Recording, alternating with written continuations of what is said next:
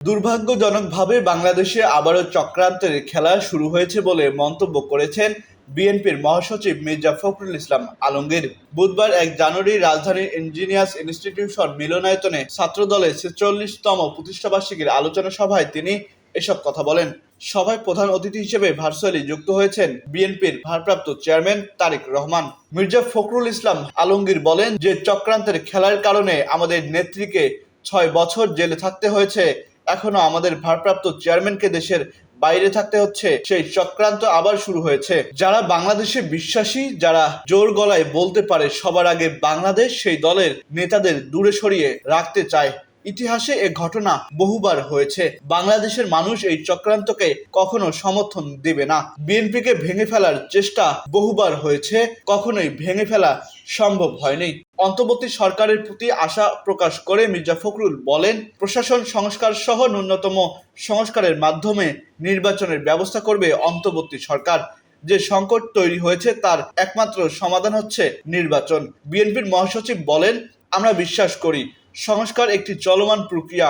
মানুষের প্রয়োজনের সঙ্গে সঙ্গে সময়ের প্রয়োজনের সঙ্গে সঙ্গে সংস্কার আনতে হবে।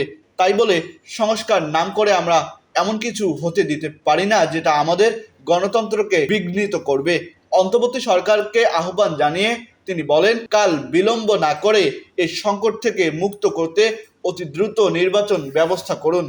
স্বাধীনতার পর নতুন বাংলাদেশ বিনির্মাণে ছাত্রদল ভূমিকা রেখেছে জানিয়ে বিএনপির ভাইস চেয়ারম্যান শামসুজ্জামান দুদু বলেন, গত ১৬ বছর বিদেশ থেকে আন্দোলনের সংগ্রামে নেতৃত্ব দিয়েছেন বিএনপির ভারপ্রাপ্ত চেয়ারম্যান তারেক রহমান। তার নেতৃত্বে আন্দোলনের স্বৈরাচার শেখ হাসিনাকে দেশ ছাড়া হয়েছেন। এখনো দেশের সামনে টুকটাক ষড়যন্ত্র করছে ভণ্ড প্রতারকরা, বিপদ তৈরির চেষ্টা চালাচ্ছে। তাই ছাত্রদলের নেতাকর্মীদের প্রস্তুত থাকতে হবে। অন্তর্বর্তী সরকার ও বৈষম্য বিরোধী ছাত্র নেতার উদ্দেশ্যে বিএনপির যুগ্ম মহাসচিব শহীদউদ্দিন চৌধুরী এনি বলেন, হঠাৎ করে মার্চ ফর ইউনিটি। আপনারা তো বিএনপির মহাসচিব সহ রাজনৈতিক দলগুলোর সঙ্গে বৈঠক করে জাতীয় ঐক্য করেছিলেন।